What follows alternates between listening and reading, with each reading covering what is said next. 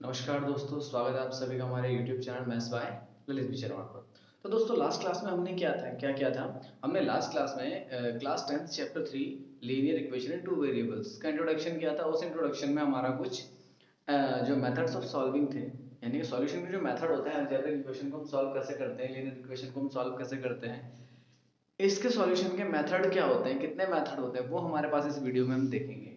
सबसे पहला मेथड होता है ग्राफिकल मेथड। ग्राफिकल मेथड में क्या होता है, हम ग्राफ के थ्रू क्या करते हैं, सॉल्यूशंस निकालते हैं। लेट सपोज मेरे पास एक एग्जांपल है, मैंने ले लिया x minus y is equals to 3, ठीक है। और दूसरा है मेरे पास एक इक्वेशन तो ये होगी, और दूसरी इक्वेशन है x plus y is equals to 4। अब मुझे करना क्या है, मुझे पहले इसके दो सॉल्यूशन और इसके दो सॉल्यूशन निकालने कैसे, इसको कह लेता हूं फर्स्ट, इसको कह लेता हूं सेकंड। तो लिखूंगा फ्रॉम फर्स्ट। अब हम करेंगे क्या, फर्स्ट इक्वेशन लिखेंगे x minus y is equals to 3। y को उधर लेके चले जाते हैं तो x is equals to 3 plus y. बस मुझे कुछ नहीं करना है। अब बना लेता हूं मैं टेबल। ये मैंने बना ली टेबल, ये हो गया x, ये हो गया y। अब मैं क्या करूंगा, यहाँ पर y की वैल्यू पुट करता रहूंगा, मेरे को x की वैल्यू मिलती रहेगी। हम कुछ भी कर सकते हैं अपनी तरफ से, 0 कर सकते हैं, 1 कर सकते हैं, 2 कर सकते हैं, 3 कर सकते हैं। बस करना इस तरह से है कि हमारे पास जो x और y किसी की भी कोई वैल्यू है वो होल नंबर है, ताकि हम उसको ग्राफ में भी शो कर सकें। तो मैंने y की वैल्यू रख ली 1, तो x की वैल्यू कितनी आई, 3 प्लस 1 4। अब अगर मैं y की वैल्यू 0 रख लेता हूँ तो x की वैल्यू कितनी आ जाएगी, 3 आ गई हमारे पास। तो ये दो सॉल्यूशन आ गए। ऐसे ही सेकंड इक्वेशन से करेंगे तो लिखेंगे from equation second is equals to क्या हो जाएगा हमारे पास में, x plus y is equals to 4 है, तो x इज इक्वल्स टू हो जाएगा 4 माइनस वाई। यहां पर भी मैं टेबल बना लेता हूं। ये हो गया x, ये हो गया y। अब यहाँ पर क्या करूंगा, यहाँ पर भी y की वैल्यू रख सकता हूं। देखो जरूरी नहीं है कि मैं x is equals to 4 minus y करूं, मैं ये भी कर सकता हूँ y is equals to 4 minus x, किसी को भी लेकर के जा सकता हूँ और किसी की भी वैल्यू पुट करके वैल्यू निकाल सकता हूँ। और ये जरूरी नहीं है कि मैं हर बार y की ही वैल्यू रखूं, मैं x की वैल्यू भी रख सकता हूँ, मैं y की वैल्यू भी रख सकता हूँ, ठीक है। अब देखो हम यहाँ पे क्या करते हैं, y की वैल्यू रखते हैं।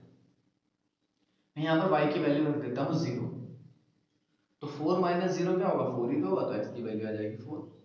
और y की वैल्यू रखता हूँ मैं यहाँ पर अब 2। y की वैल्यू क्या रखी मैंने, 2 रख दी। अगर मैंने y की वैल्यू 2 रखी है तो मेरे पास x की वैल्यू क्या आ जाएगी, 2 आ जाएगी। अब करना कुछ नहीं है, अब हमें यही चीज ग्राफ पे शो करनी है। ग्राफ पे कैसे, देखो हमें दिख रहा है x और y सारे प्लस प्लस के हैं ना, तो मतलब ग्राफ बनेगा इस तरह से।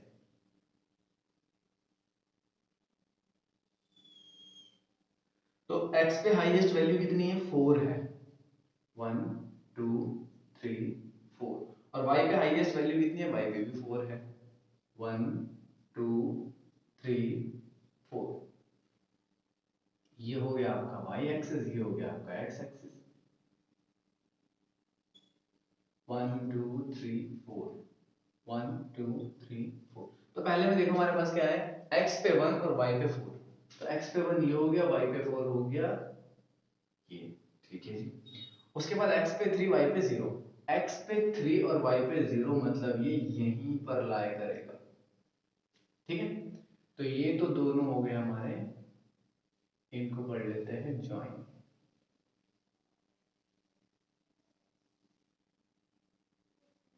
ये क्या हुआ, 1,4, और ये क्या हुआ 3, 0,3। हाँ 0,3।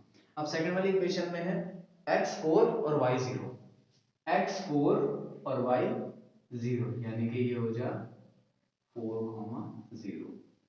दूसरे पे बोला है x2 और y भी 2, यानी कि x हो गया 2 और y भी कितना हो गया 2, यानी कि हो गया ये। अब इसको ध्यान से देखना, मैं ये लेकर के जाऊंगा यहां से लाइन, और ये कैंसिल। तो ये यहां पर कहीं कट हो रही है, यानी कि ये वैल्यू जा रही है इधर, और ये इसका कोई सॉल्यूशन हो गया। यानी कि 2 और 3 के बिटवीन कितना हो जाएगा हमारे पास में, 2 और 3 के बिटवीन कितना हो सकता है 2.5, यानी कि x पे हमारे पास वैल्यू आएगी 2.5 और y पे वैल्यू कितनी आएगी 1.5। भाई यूनिक सॉल्यूशन ही तो है, जहां पर ये इंटरसेक्ट हुई, कॉमन पॉइंट आया और सॉल्यूशन हो गया। ये हमारा ग्राफिकल मेथड है।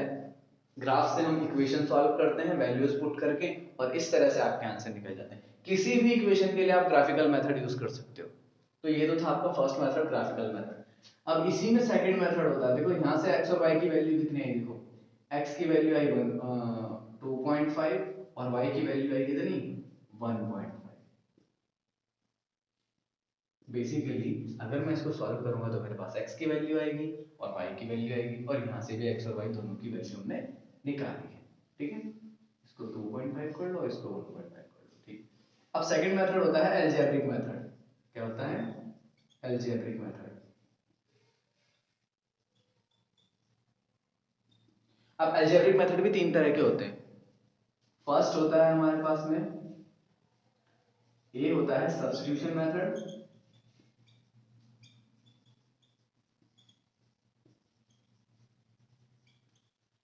सेकंड होता है बी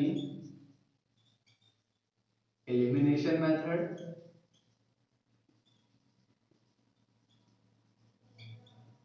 और थर्ड होता है सी क्रॉस मल्टीप्लिकेशन मेथड।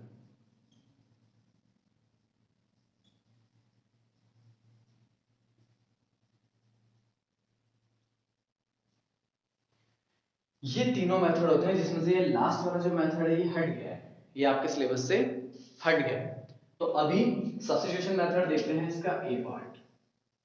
देखो सब्स्टिट्यूशन मेथड कैसे करते हैं, सेम इक्वेशन ले लेते हैं। जैसे आपके पास में फर्स्ट इक्वेशन है, हम ए सब्स्टिट्यूशन मेथड कर रहे हैं।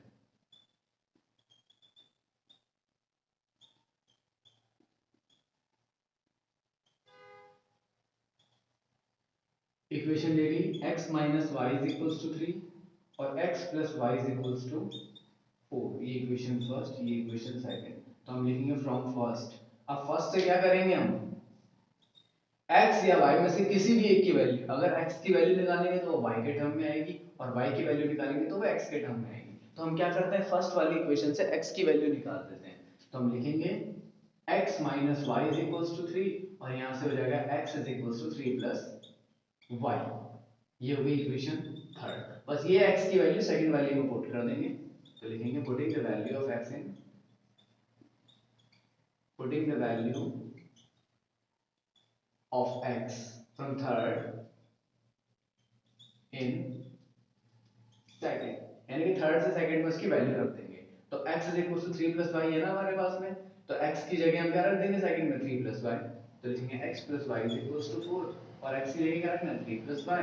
फिर अगर 3 plus y is equal to 4, क्या हो जाएगा 3 plus 2y is equal to 4 और ये क्या हो जाएगा 2y is equal to 4 minus 3 और y is equal to 4 minus 3 होता है 1, 10 से 2 चला गया अपॉन में y इज इक्वल टू 1.2। अब इस y की वैल्यू फर्स्ट या सेकंड में से किसी एक में भी रख दो, आपको x की वैल्यू मिल जाएगी।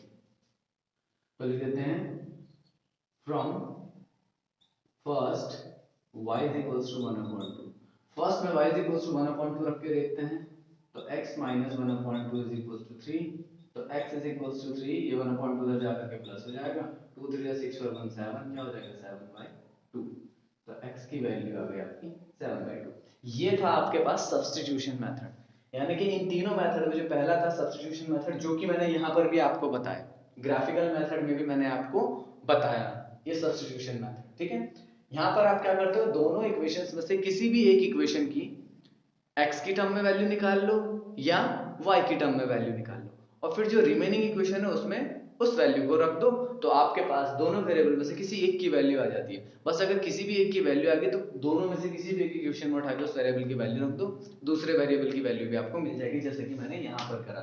मैंने क्या करा, फर्स्ट इक्वेशन से मैंने x की वैल्यू निकाली y की टर्म्स में, फिर ये जो x की वैल्यू y की टर्म्स में निकाली थी इसी को मैंने इक्वेशन सेकंड में पुट कर दिया, और वहां से मेरे पास y की वैल्यू आ गई। फिर इस y की वैल्यू को मैं फर्स्ट और सेकंड में से किसी एक में भी रख दूं, तो मैंने इसे रखा फर्स्ट में और वहां से मैंने x की वैल्यू भी निकाल ली।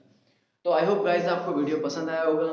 सब्स्टिट्यूशन मेथड के बाद एक बचता है एलिमिनेशन मेथड और cross multiplication method. Cross multiplication method आपका हट गया है, लेकिन मैं फिर भी आपको बताऊंगा क्योंकि इन सब में सबसे इजी मेथड यही है जो एक या दो लाइन में आपके क्वेश्चन को खत्म कर देता है और आपका आंसर निकाल देता है। बट मैं आपको ये मेथड जरूर बताऊंगा, और एलिमिनेशन मेथड और क्रॉस मल्टीप्लिकेशन मेथड, दोनों मेथड मैं आपको कल बताऊंगा। आई होप गाइस आपको वीडियो पसंद आया होगा। वीडियो आपको पसंद आया तो वीडियो को ज़्यादा से ज़्यादा शेयर कीजिए। हमारे चैनल पर नए हैं तो चैनल को सब्सक्राइब कीजिए, हमारी वीडियोस को लाइक कीजिए। धन्यवाद, अपना ध्यान रखिए।